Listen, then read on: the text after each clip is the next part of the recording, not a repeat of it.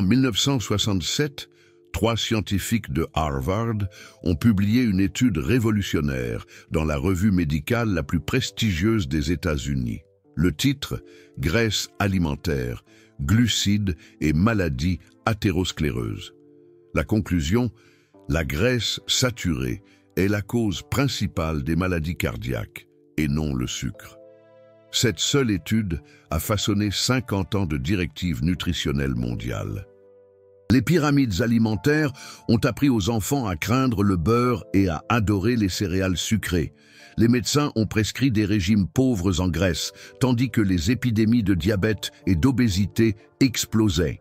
Et en 2016, lorsque des archives internes de l'industrie du sucre ont finalement été déclassifiées, le monde a découvert la vérité. Les 3 scientifiques de Harvard avaient été payés 50 000 $ en 1967.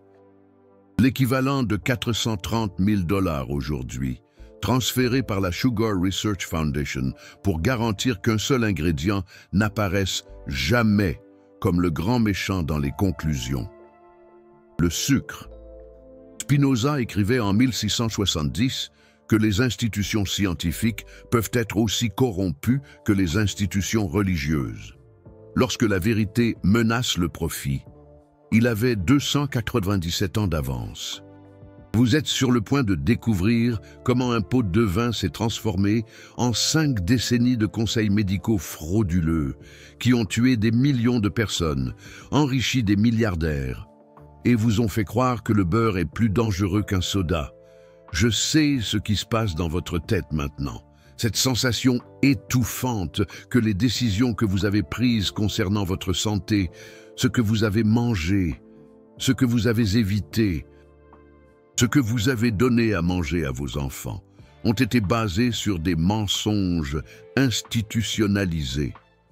Spinoza a ressenti cela quand il a réalisé que les textes religieux enseignés comme une vérité divine étaient des compilations politiques éditées par des conciles. Il a passé 14 ans à écrire l'Éthique pour montrer que la même manipulation se produit dans n'importe quelle institution qui profite de l'autorité, les universités, les gouvernements, les entreprises. Et l'affaire Harvard Sucre est l'exemple parfait de sa thèse. Dans les prochaines minutes, vous verrez les documents, les vrais noms, les valeurs exactes, les réunions secrètes.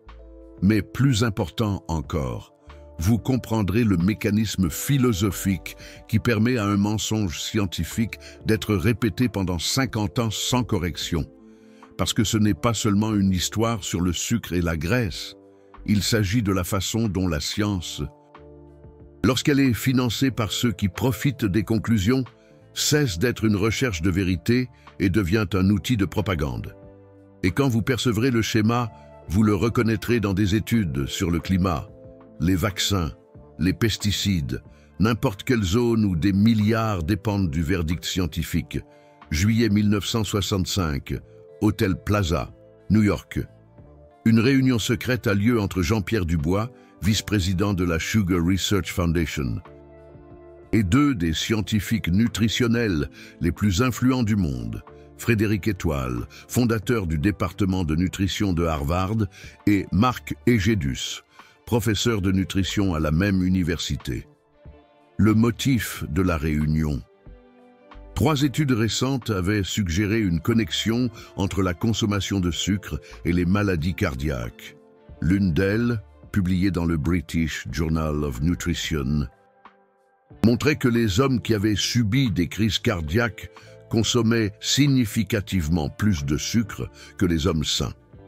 Une autre, du Journal of Chronic Diseases, indiquait que les régimes riches en saccharose augmentaient le cholestérol et les triglycérides dans le sang. Pour l'industrie du sucre, qui en 1965 brassait déjà 15 milliards de dollars par an. Ces études étaient une menace existentielle. Jean-Pierre Dubois avait un plan. Il n'allait pas nier les études directement. Au lieu de cela, il allait financer une revue scientifique indépendante qui réanalyserait toutes les recherches sur le régime alimentaire et les maladies cardiaques. mais avec des conclusions prédéterminées. Et ils savaient exactement qui embaucher, Frédéric Étoile et Marc Egedus de Harvard. Deux choses rendaient ces hommes parfaits. Premièrement, Harvard était et est toujours l'université la plus prestigieuse du monde. Les publications de là-bas ne sont pas remises en question, elles sont citées. Deuxièmement, les deux avaient déjà travaillé comme consultants pour des industries alimentaires. Ils comprenaient le jeu. Ce n'étaient pas des universitaires NAFS, c'étaient des opérateurs. Lors de la réunion du Plaza, Dubois a fait la proposition. La Sugar Research Foundation paierait $6 500, environ $55 000 aujourd'hui, pour que Egedus et un collègue, Robert Legrand, écrivent une revue de la littérature sur le sucre, la graisse et les maladies cardiaques. Mais il y avait des conditions. Première condition, la revue devait se concentrer uniquement sur les études qui soutenaient l'hypothèse selon laquelle la graisse saturée, et non le sucre, causait des problèmes cardiaques. Deuxième condition, les études montrant des effets négatifs du sucre devaient être critiquées méthodologiquement ou ignorées. Troisième condition, la conclusion devait recommander la réduction de la graisse saturée comme intervention primaire contre les maladies cardiaques. Quatrième condition, et la plus importante, le financement de l'industrie du sucre ne serait pas révélé. La revue apparaîtrait comme une recherche académique indépendante de Harvard. Marc Egedus a accepté. Et en juillet 1967, 2 ans après cette réunion secrète, la revue a été publiée dans le New England Journal of Medicine sous le titre Dietary Fats, Carbohydrates and Atherosclerotic Disease. L'étude a passé en revue 50 ans de recherche sur la nutrition et les maladies cardiaques et a conclu définitivement que la graisse saturée est le principal facteur diététique dans les maladies cardiovasculaires. Le sucre a été mentionné brièvement et écarté comme irrelevant. La revue ne mentionnait pas que les auteurs avaient été payés par la Sugar Research Foundation. Elle ne mentionnait pas que Jean-Pierre Dubois avait approuvé des brouillons avant la soumission. Elle ne mentionnait pas les conditions contractuelles. Elle était présentée comme une science neutre de Harvard, et elle a changé le monde. Mais attendez, parce que l'impact de cette revue va bien au-delà de ce que vous imaginez. Entre 1968 et 1977, cette seule revue de Harvard a été citée dans 392 études subséquentes. Elle est devenue la base scientifique des directives diététiques du gouvernement américain de 1977. Les premières directives officielles de nutrition des États-Unis, qui recommandaient explicitement de réduire la graisse saturée et d'augmenter les glucides. La pyramide alimentaire, créée en 1992, a placé les pains et les céréales à la base, 6 à 11 portions quotidiennes, et les graisses au sommet, à éviter. Le beurre a été remplacé par la margarine, le lait entier par du lait écrémé, la viande rouge par du poulet sans peau. Et pour compenser le goût sans graisse, l'industrie alimentaire a ajouté une chose, du sucre, beaucoup de sucre. Les yaourts sains avaient 30 grammes de sucre. Les barres de céréales nutritives avaient plus de sucre que du chocolat. Les sauces salades à faible teneur en matière grasse ont doublé le sucre. Résultat, entre 1970 et 2000. La consommation moyenne de sucre aux États-Unis a augmenté de 120 livres par personne par an à 152 livres. Simultanément, le taux d'obésité a triplement, de 13% à 40%. Le diabète de type 2 a explosé de 2 millions de cas en 1970 à 30 millions en 2020. Les maladies cardiaques, qui auraient dû diminuer avec la réduction de la graisse, sont restées la cause numéro 1 de décès, parce que la prémisse était fausse. La graisse saturée n'a jamais été le problème. Le sucre l'était, mais personne ne pouvait remettre en question, parce que Harvard avait parlé, et Harvard ne se trompe jamais, sauf quand elle est payée pour se tromper. Spinoza avait prédit ce mécanisme exact dans le traité théologico-politique chapitre 14. Il écrit « Lorsque les institutions du savoir dépendent de mécènes riches, la vérité qu'elles produisent sera toujours celle qui profite aux mécènes et non à la société. Et plus l'institution est prestigieuse, plus le mensonge est dangereux, parce que l'autorité supprime le scepticisme. » Traduction, Harvard qui ment est plus mortel qu'une entreprise qui ment, parce que les gens vérifient les entreprises, mais font confiance à Harvard. Et c'est exactement ce qui s'est passé pendant 50 ans, quand des études ultérieures ont commencé à montrer des preuves que le sucre, et non les graisses, étaient liés à l'obésité, au diabète et aux problèmes cardiaques. Elles étaient écartées comme contraires au consensus établi. Le consensus établi était la revue de Harvard de 1967. Personne ne savait que c'était de la propagande payée. Alors, le consensus était incontestable. Maintenant, vous devez vous demander comment ce mensonge a-t-il finalement été démasqué? Et la réponse va vous montrer quelque chose de perturbant sur la façon dont la vérité fonctionne dans la science institutionnelle. Parce que ce n'est pas le courage académique qui a révélé la corruption, c'est un accident. 2016. Christine Lemaire, chercheuse en odontologie à l'Université de Californie, étudiait les tactiques de lobbying de l'industrie du sucre pour comprendre les caries dentaires. Elle ne cherchait pas les scandales de Harvard, elle cherchait des documents sur la propagande des sodas. Mais en fouillant dans des archives historiques données par des dirigeants décédés de l'industrie sucrière, elle a trouvé quelque chose d'inattendu, des correspondances entre Jean-Pierre Dubois et le docteur Marc Egedus, des lettres datées de 1965 à 1967, des brouillons de la revue de Harvard avec des commentaires manuscrits de Jean-Pierre Dubois, des reçus de paiement, des contrats, tout était là. La conspiration complète préservée sur papier, cachée pendant 49 ans. Christine Lemaire a publié sa découverte en 2016 dans la revue JAMA Internal Medicine. Le titre, Sugar Industry and Coronary Heart Disease Research, a Historical Analysis of Internal Industry Documents. L'article détaillait chaque réunion, chaque paiement, chaque édition que Jean-Pierre Dubois exigeait. Il prouvait définitivement que la revue de Harvard de 1967 était un travail commandé et non une science indépendante. Et la réponse institutionnelle à cette exposition? Révélatrice.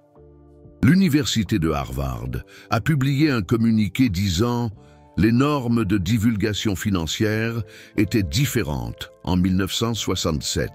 Nous ne pouvons pas commenter les pratiques d'il y a des décennies. » La Sugar Association, successeur de la Sugar Research Foundation, a dit « L'étude de 1967 a été publiée dans une revue respectée et a été soumise à un examen par les pairs.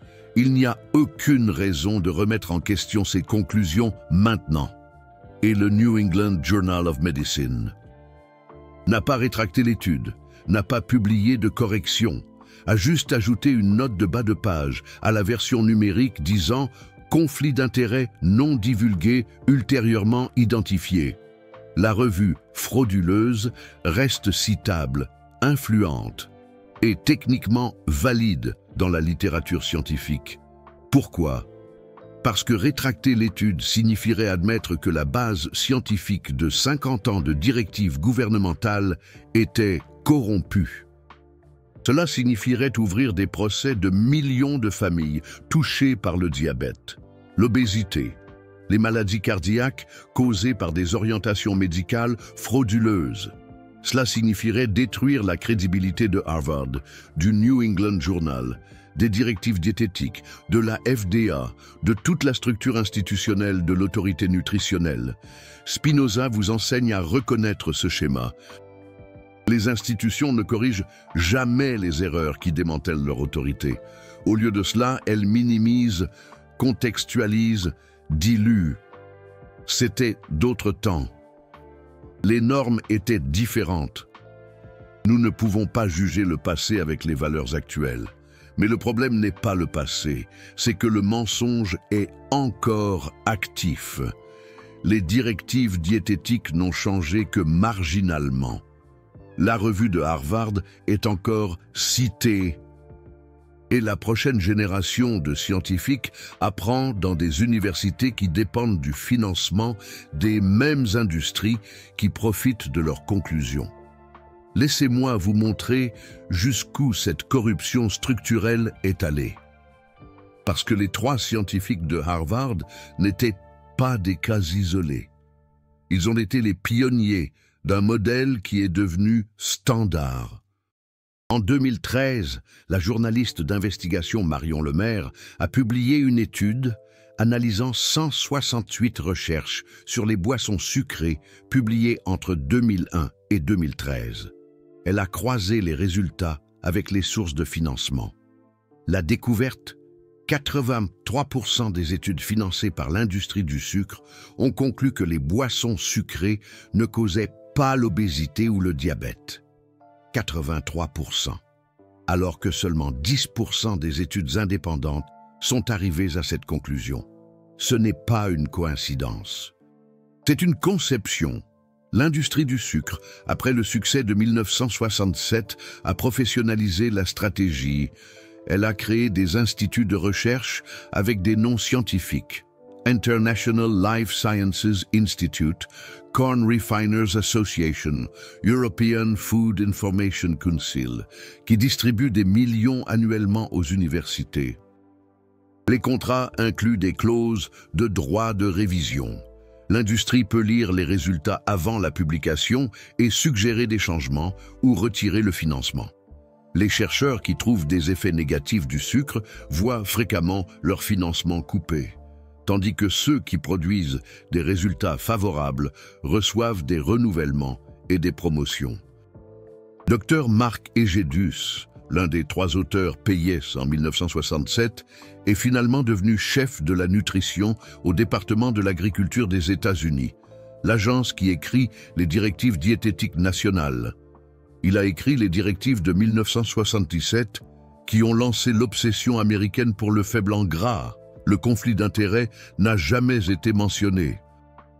Dr Frédéric Étoile, le 3e auteur, a reçu plus d'1 million de dollars au cours de sa carrière de la part d'entreprises sucrières, de transformateurs d'aliments et de fabricants de boissons gazeuses.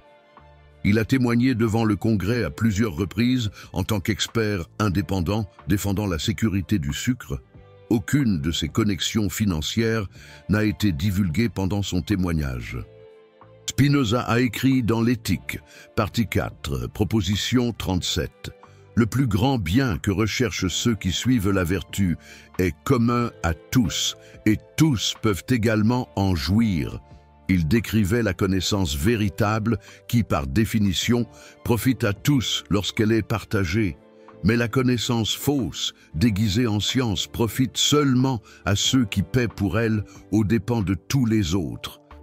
Et plus l'institution a d'autorité, plus les dommages sont dévastateurs quand elle ment. Pensez au coût humain réel. Combien de personnes ont développé un diabète en suivant des directives basées sur la fraude? Combien sont mortes de crise cardiaque parce qu'elles ont remplacé les graisses naturelles par des glucides transformés remplis de sucre? Combien d'enfants ont grandi obèses parce que des pyramides alimentaires frauduleuses ont enseigné que 11 portions de céréales sucrées par jour étaient saines? Les chiffres sont dévastateurs. Rien qu'aux États-Unis, on estime que 100 millions de personnes ont un prédiabète ou un diabète de type 2. L'épidémie a débuté précisément en 1977, lorsque des directives basées sur la revue de Harvard ont été mises en œuvre. Ce n'est pas une coïncidence. Et il y a plus. Entre 1980 et 2000, alors que les Américains réduisirent leur consommation de graisses saturées de 25%, suivant obéissamment les directives frauduleuses, l'obésité infantile a quadruplé de 5% des enfants en 1980 à 20% en 2000. Simultanément, le diabète de type 2 chez les enfants une maladie qui, avant 1980, était si rare chez les jeunes qu'elle était appelée le diabète de l'adulte, a explosé. En 1990, moins de 3% des cas de diabète juvénile étaient de type 2. En 2020, 45% l'étaient. Une génération entière a été sacrifiée sur l'autel d'un mensonge scientifique.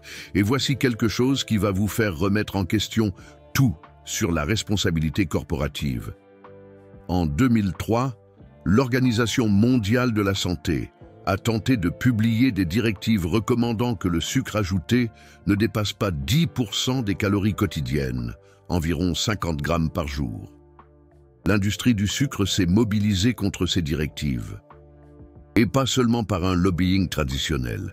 Ils ont fait pression sur le gouvernement américain pour qu'il menace de couper 406 millions de dollars de contributions annuelles à l'OMS si les directives étaient publiées.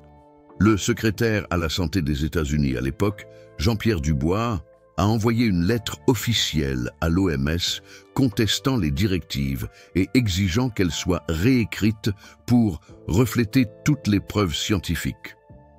La preuve scientifique qu'il voulait inclure, des études financées par l'industrie du sucre, l'OMS a reculé partiellement, les directives finales ont été affaiblies et la recommandation de 10% a été transformée en suggestion au lieu d'une limite ferme.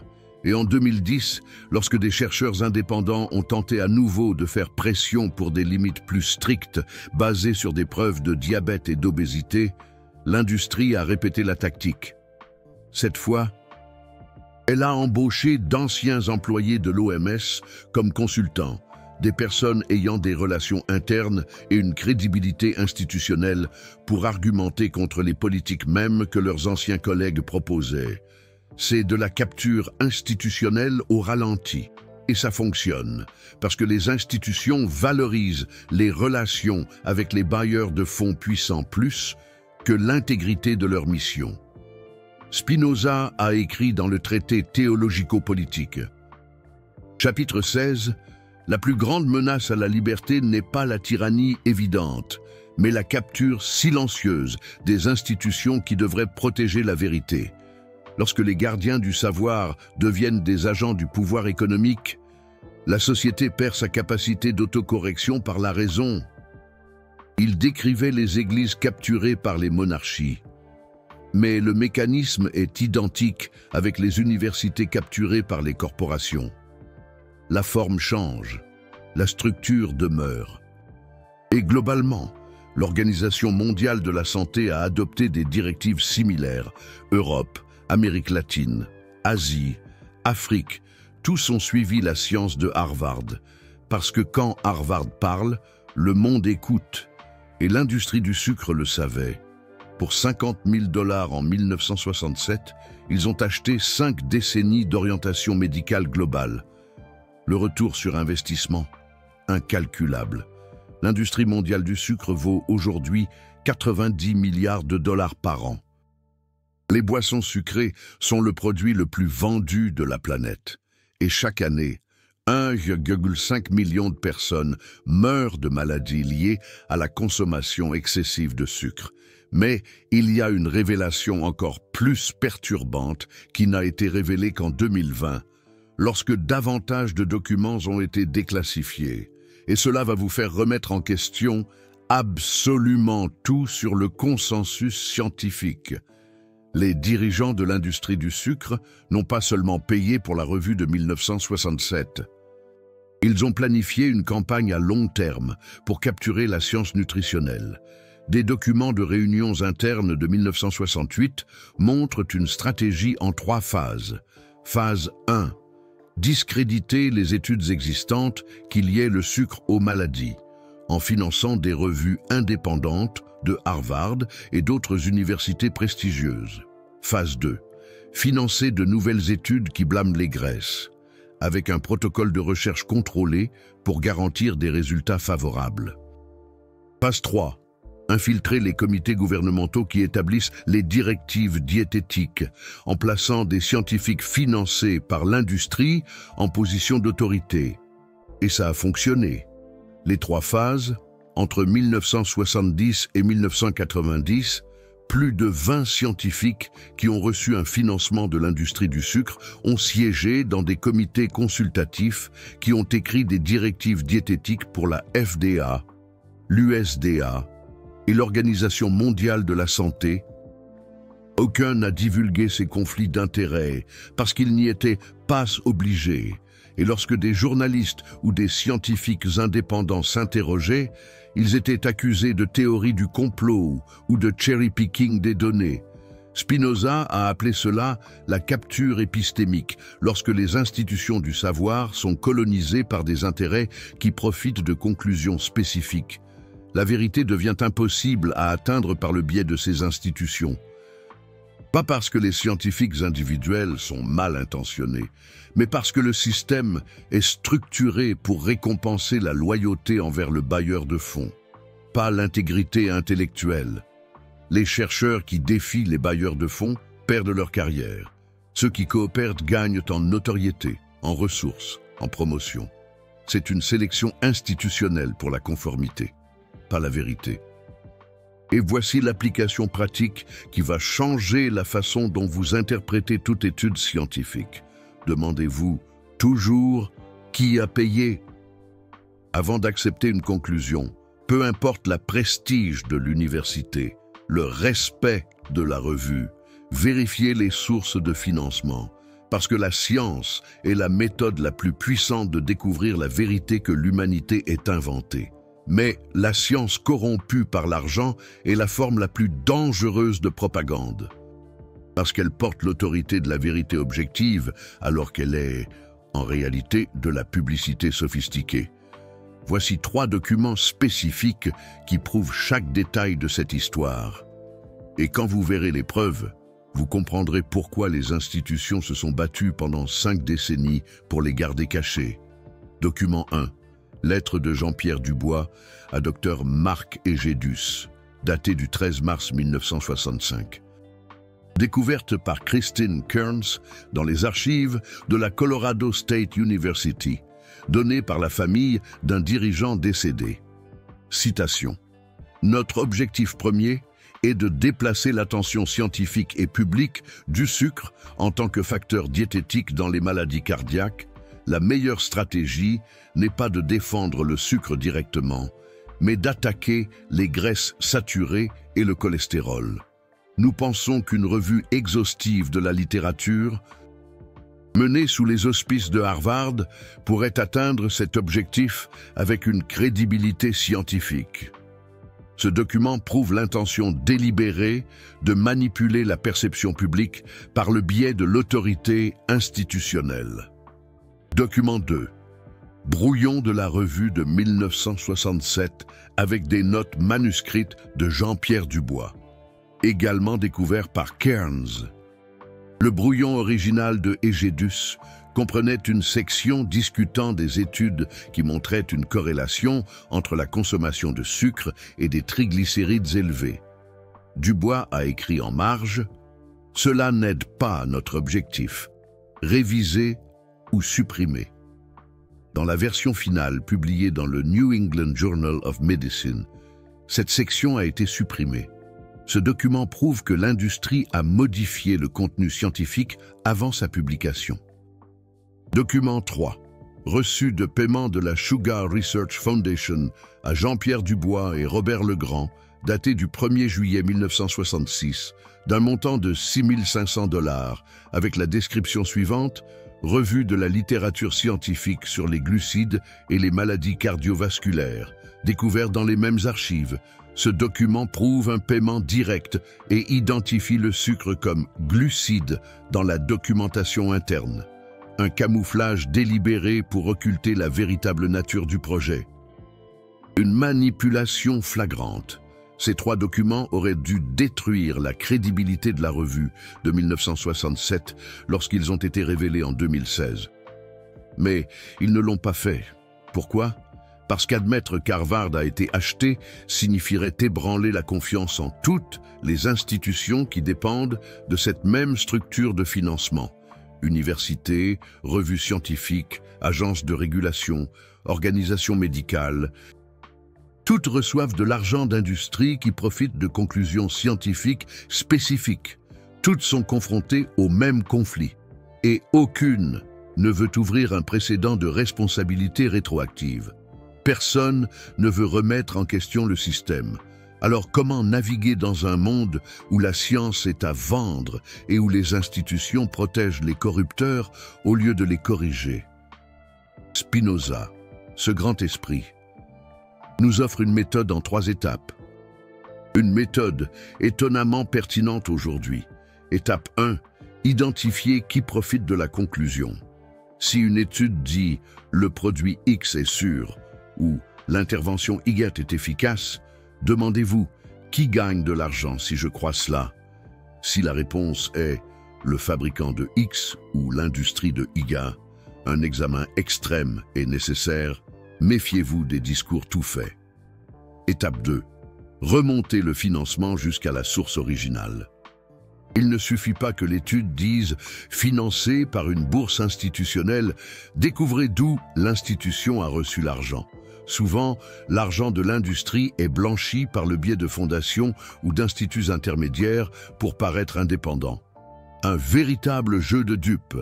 Étape 3. Recherchez un schéma de consensus suspect.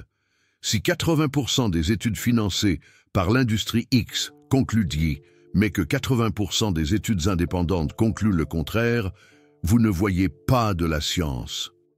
Vous voyez de la propagande fabriquée. Un consensus scientifique réel émerge de preuves convergentes indépendamment de qui paie. Un consensus acheté émerge seulement lorsque le payeur contrôle le financement. C'est un consensus de façade.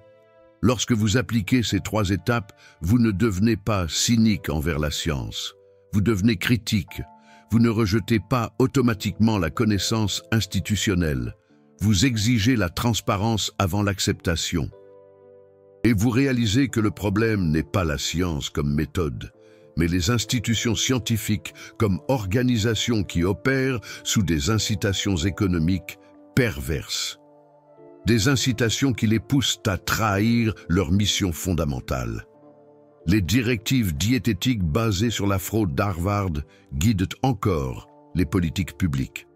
La pyramide alimentaire a changé de nom en MyPlate, un habillage marketing. Mais elle recommande encore des quantités absurdes de glucides. L'American Heart Association suggère encore de limiter les graisses saturées malgré des preuves croissantes qu'elles ne sont pas nocives. Pourquoi? Parce que corriger officiellement serait admettre que les gouvernements ont mal conseillé 150 millions d'Américains pendant 50 ans sur la base d'une science frauduleuse. Aucun politicien ne veut signer cet aveu. Alors, le mensonge persiste, doucement modifié. Mais jamais totalement rétracté, une spirale de déni et de manipulation. Et l'industrie du sucre, elle a tiré la mauvaise leçon. Au lieu d'arrêter de corrompre la science, elle a perfectionné la technique. Aujourd'hui, elle finance des études à travers des réseaux si complexes de fondations intermédiaires que remonter l'argent jusqu'à la source nécessite une enquête médico-légale. Elle embauche des entreprises de relations publiques spécialisées dans la gestion de la science, qui plantent des études favorables, décrédibilisent les chercheurs indépendants et orchestrent des consensus artificiels. Un véritable arsenal de tromperies. Spinoza dirait que vous venez de témoigner du fonctionnement nu du pouvoir institutionnel. Mensonge vêtu de connaissances, autorité protégeant la corruption et vérité sacrifiée sur l'autel du profit. Une mécanique impitoyable. Et la seule défense contre cela n'est ni la confiance aveugle dans les institutions, ni la méfiance paranoïaque de toute connaissance. C'est la vigilance informée. Demandez toujours qui a payé, qui profite, où sont les documents. Quelles incitations façonnent ces conclusions? L'esprit critique comme bouclier. Quand Adolf Eichmann a été capturé, ils ont trouvé une croix catholique sur son mur, symbole d'une institution qui l'a protégé tout en proclamant la moralité. Quand la fraude d'Harvard a été exposée, ils ont trouvé des reçus de paiement de l'industrie du sucre, symbole d'une institution qui a vendu la science tout en proclamant la connaissance objective. Le schéma est identique. Les institutions ne sont pas des gardiens de la vérité. Ce sont des organisations humaines vulnérables à la capture par ceux qui ont le plus de ressources. Une triste réalité. Vous venez de passer 30 minutes à découvrir comment 50 000 $ en 1967 ont acheté un demi-siècle d'orientation médicale frauduleuse qui a façonné ce que vous mangez.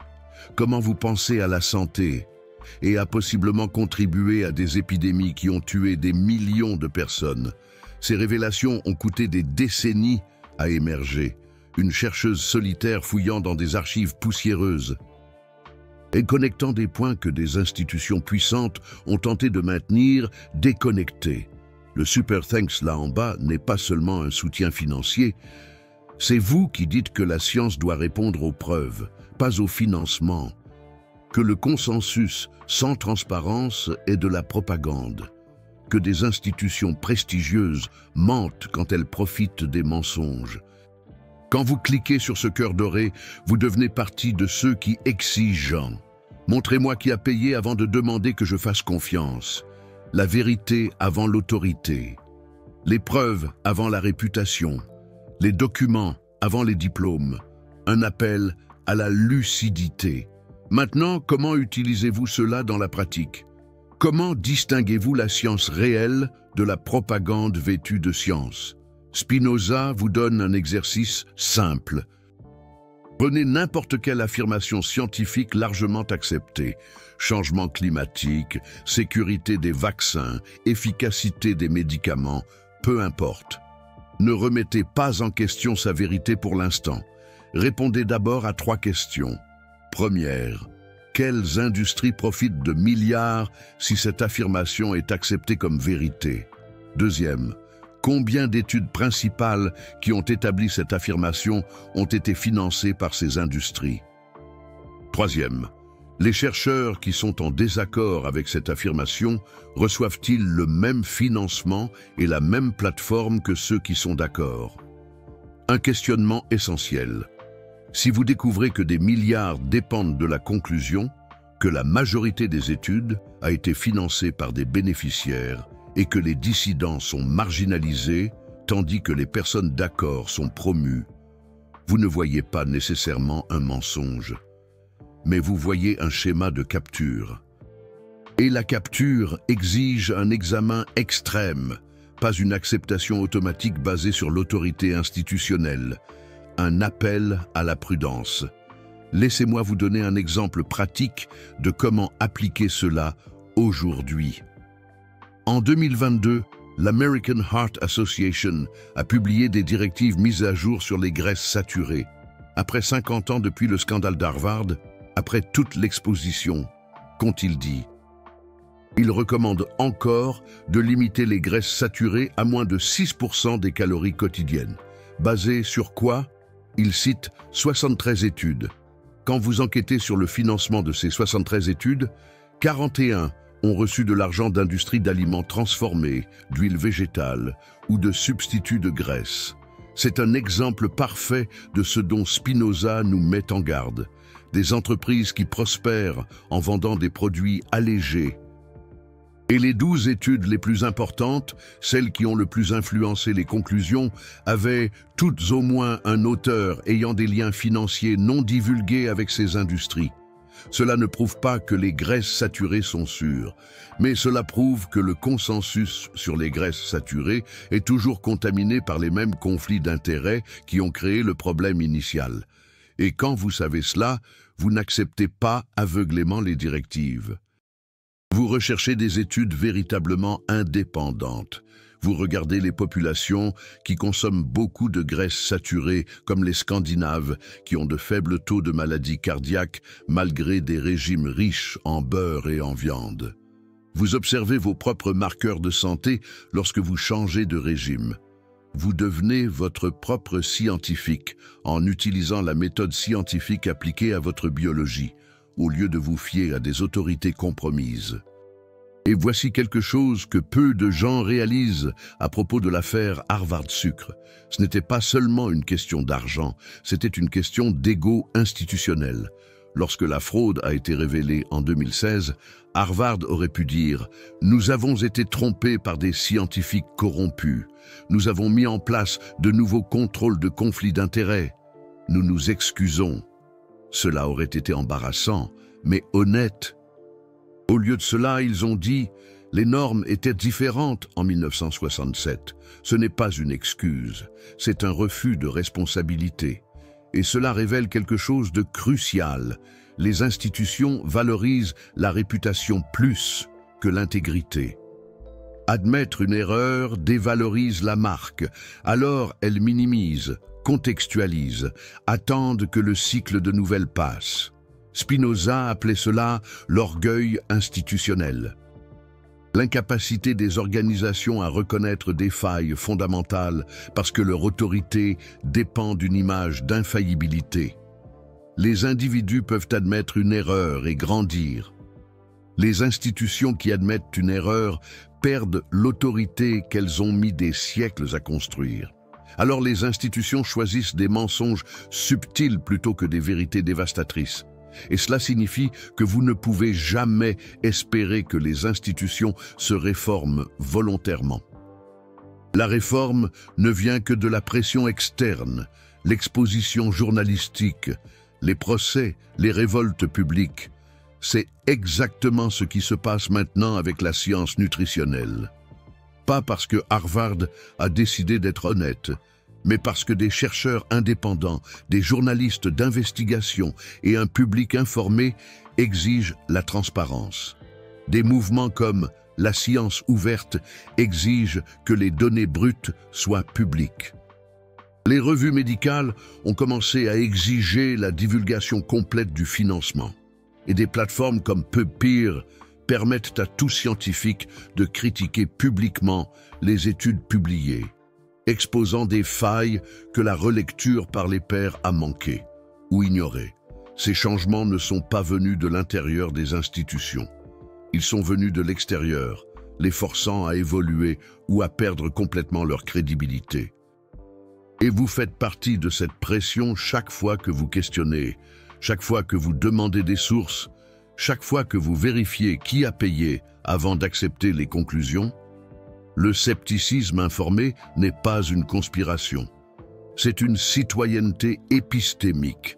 C'est refuser d'être trompé par une autorité non vérifiée. Les directives diététiques frauduleuses ont existé parce que des millions de personnes ont fait confiance à Harvard sans demander qui a payé. Vous avez du diabète ou de l'obésité ou des maladies cardiaques, une partie de la cause peut être institutionnelle, PAS personnelle. Vous avez suivi les orientations officielles, vous avez fait confiance à la science, mais la science avait été achetée et personne ne vous a prévenu avant 50 ans plus tard. Et même maintenant, la correction est marginale, tardive, embarrassée. Et Spinoza vous enseigne: ne faites plus jamais confiance aux proclamations institutionnelles sans vérifier les incitations. Pas parce que toutes les institutions mentent toujours, mais parce que les institutions qui dépendent du financement de ceux qui profitent de conclusions spécifiques produiront constamment des connaissances qui profitent aux financeurs, passent au public. C'est la sélection naturelle institutionnelle. Et la seule protection est un scepticisme informé permanent. Dans les commentaires, dites-moi, avez-vous changé votre régime alimentaire à cause des directives médicales sur les graisses?